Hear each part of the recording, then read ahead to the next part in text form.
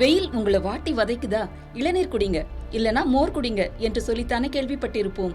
ஆனால் வடகொரியாவில் நடப்பதே வேறு. வெயிலின் தாக்கத்தில் இருந்து எஸ்கேப் ஆக நாய் சூப் குடிங்க என்பதைத்தான் வடகொரிய மீடியாக்கள் இப்போது மக்களுக்கு அட்வைஸ் செய்கின்றன. வடகொரியாவில் என்ன நடக்கிறது? விரிவாக அலசுகிறது இந்த செய்தி தொகுப்பு.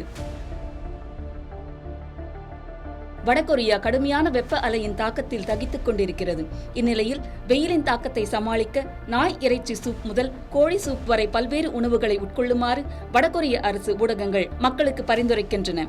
அதே நேரத்தில் நாட்டின் தலைவர் கிம் ஜாங் உன் பொதுமக்களைப் போலவே கடுமையான வெப்பத்தையும் தாங்கி பணியாற்றும் தலைவராக சித்தரிக்கும் பிரச்சாரத்தையும் அரசு ஊடகங்கள் முன்னெடுத்து வருகின்றன.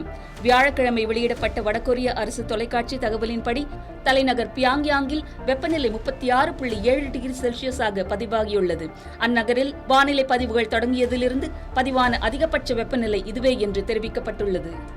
இதனுடன் இரவு நேரங்களிலும் வெப்பம் குறையாத வெப்பமண்டல இரவுகள் தொடர்வதால் வடகொரிய அரசு ஊடகங்கள் இந்த ஆண்டின் மிக அதிக வெப்பமான காலமாக கருதப்படும் சம்போக் எனப்படும் கோடைக்கால நாட்கள் குறித்து அதிக முக்கியத்துவத்துடன் செய்திகளை வெளியிட்டு வருகிறது. இந்த காலகட்டத்தில் அதிக கவனம் பெற்ற பரிந்துரைகளில் ஒன்று நாய் இறைச்சி சூப் என்பது சற்றே அதிர்ச்சி அளிப்பதாக இருக்கிறது. கோடை வெப்பத்தை உடல் தாங்குவதற்கு இது உதவும் என்ற பாரம்பரிய நம்பிக்கையை அடிப்படையாக கொண்டு இந்த பரிந்துரை வழங்கப்பட்டுள்ளது.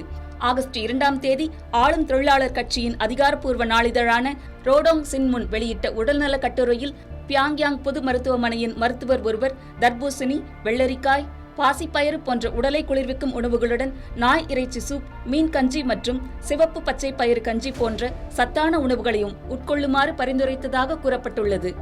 இதனைத் தொடர்ந்து நாய் இறைச்சி சூப் குறித்து தனியாக ஒரு கட்டுரையையும் அந்த நாளிதழ் வெளியிட்டுள்ளது.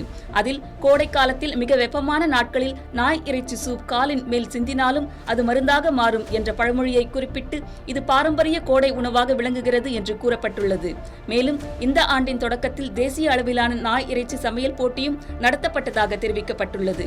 இதற்கிடையில் வடகொரியாவின் அதிகாரப்பூர்வ செய்தி நிறுவனமான KCNA ஜின்செங் பசைப்பயிறு மற்றும் பேரிச்சம்பழம் நிரப்பி தயாரிக்கப்படும் சம்கேதாங் என்ற பாரம்பரிய கோழி சூப்பையும் பாராட்டியுள்ளது. இந்த உணவை சாப்பிடுவதற்காக பியாங்யாங் நகரில் உள்ள உணவகங்களுக்கு மக்கள் அதிக அளவில் வருவதாகவும் அந்த செய்தியில் குறிப்பிடப்பட்டுள்ளது. அதேபோல் வடகொரிய மத்திய தொலைக்காட்சியிலும் கடுமையான வெப்பத்தில் உடல் நலத்தை பாதுகாப்பது குறித்து சிறப்பு நிகழ்ச்சிகளை ஒளிபரப்பியுள்ளது. உடலில் நீர்ச்சத்து குறையாமல் இருக்க போதுமான அளவு திரவங்களை அருந்த வேண்டும் என்றும், நீச்சல் மற்றும் வெளிப்புற உடற்பயிற்சிகளை எவ்வாறு பாதுகாப்பாக மேற்கொள்ள வேண்டும் என்றும் ஆலோசனைகள் வழங்கப்பட்டுள்ளன. இதுவரை வெப்ப அலை காரணமாக உயிரிழந்தோர் தொடர்பான எந்த விவரத்தையும் வடகொரியா வெளியிடவில்லை. ஆனால் அண்டை நாடான தென்கொரியாவில் வெப்ப அலை தொடர்பாக 20க்கும் மேற்பட்டோர் உயிரிழந்துள்ளதாக அந்நாட்டு அதிகாரிகள் தெரிவித்துள்ளனர். உடல் நல ஆலோசனைகளுடன் வடகொரிய அரசு ஊடகங்கள் தொடர்ந்து வலியுறுத்தி வரும் மற்றொரு அம்சம் தலைவர் கிம் ஜாங் உன் பொதுமக்களைப் போலவே கடுமையான வெப்பத்தையும் எதிர்கொண்டு பணியாற்றுகிறார் என்பதாகும். இதற்காக 2013ஆம் ஆண்டு கட்டுமான பணிகளை ஆய்வு செய்தபோது அவரது உடைகள் வியர்வையில் நனைந்த சம்பவம் மீண்டும் நினைவூட்டப்பட்டுள்ளது. அப்போது இந்த காலத்தில் இத்தகைய பயணங்களை தவிர்க்குமாறு அதிகாரி ஒருவர் கேட்டபோது வானிலை எவ்வளவு கடுமையாக இருந்தாலும் மக்களுக்காக செய்ய வேண்டிய பணிகளை நிறுத்த முடியாது என்று கிம் ஜாங் உன் பதிலளித்ததாக அந்த செய்தியில் குறிப்பிடப்பட்டுள்ளது. மேலும் 2018ஆம் ஆண்டு வெந்நீர் ஊற்று சுற்றுலா மையத்திற்கான இடத்தை தேர்வு செய்யும் பயணத்தின் போது கடினமான மலைப்பாதைகளையும் கனமழையையும் பொருட்படுத்தாமல் ஆய்வுப் பணிகளை தொடர்ந்ததாகவும் அரசு ஊடகங்கள் தெரிவித்துள்ளது.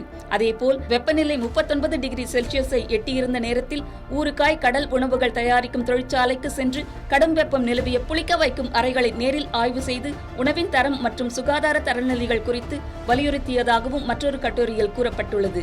இருப்பினும் தற்போது நிலவி வரும் வெப்ப அலையின் போது கிம் ஜாங் உன் என்ன நடவடிக்கைகளில் ஈடுபட்டுள்ளார் என்பது குறித்து எந்த தகவலும் வெளியிடப்படவில்லை. மறுபுறம் ஒன்சான் கல்மா கடலோர சுற்றுலா மண்டலத்தில் உள்ள கடற்கரைகள் மற்றும் நீச்சல் குளங்களில் பொதுமக்கள் அதிக அளவில் திரண்டுள்ள காட்சிகளை அரசு தொலைக்காட்சி ஒளிபரப்பியுள்ளது. மேலும் பியாங்யாங் நகரின் நீர் விளையாட்டு பூங்காக்களிலும் வெயிலில் இருந்து தப்பிக்க வந்த மக்களால் நிரம்பியுள்ளதாக வடகொரிய அரசு ஊடகங்கள் தெரிவித்துள்ளன.